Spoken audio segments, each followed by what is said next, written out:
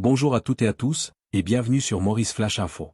L'actualité de ce jour est marquée par un véritable séisme juridique sur l'échiquier politique national. 11 ans après son arrestation mouvementée le 6 février 2015, le Premier ministre Navin Rangolam passe à l'offensive.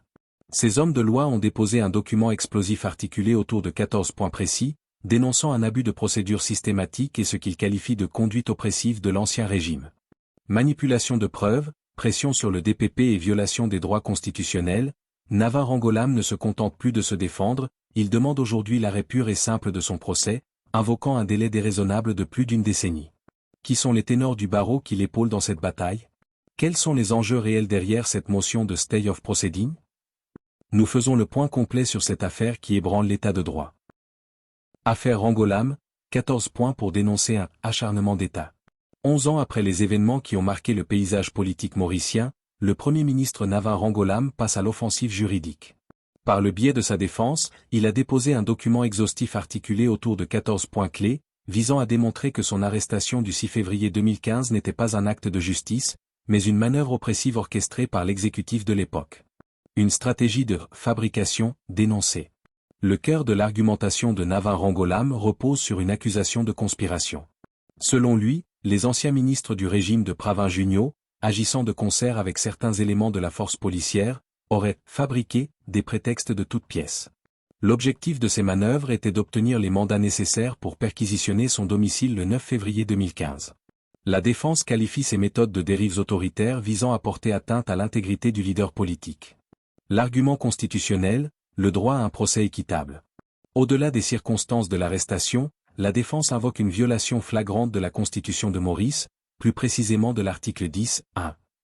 Le délai déraisonnable, Navin Rangolam souligne qu'attendre 11 ans pour la conclusion de procédures judiciaires constitue une violation du droit à un procès dans un délai raisonnable.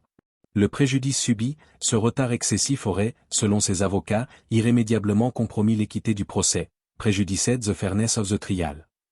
La demande, fort de ce constat, le Premier ministre réclame un arrêt définitif de toutes les procédures engagées contre lui. Pression sur les institutions. Le document déposé en cours ne se limite pas au cas personnel de Navin Rangolam, il jette également une lumière crue sur les pressions qu'aurait subies le judiciaire. Le Premier ministre affirme que le régime précédent a tenté d'intimider et de forcer à la démission l'ancien directeur des poursuites publiques, DPP, Maître Satyajit Boulel. Cette tentative d'éviction aurait eu pour cause l'indépendance manifestée par le DPP dans le traitement des charges provisoires pesant sur Navin Rangolam, illustrant ainsi une volonté de l'exécutif d'outrepasser ses pouvoirs.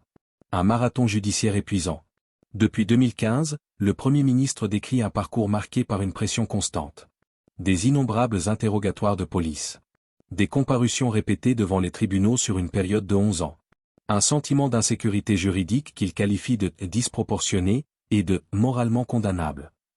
Les tribunaux ne devraient pas se prêter à cautionner une conduite qui menace et sape les droits humains fondamentaux, l'état de droit et l'intégrité du système de justice pénale. Extrait de l'argumentaire de Navin Rangolam.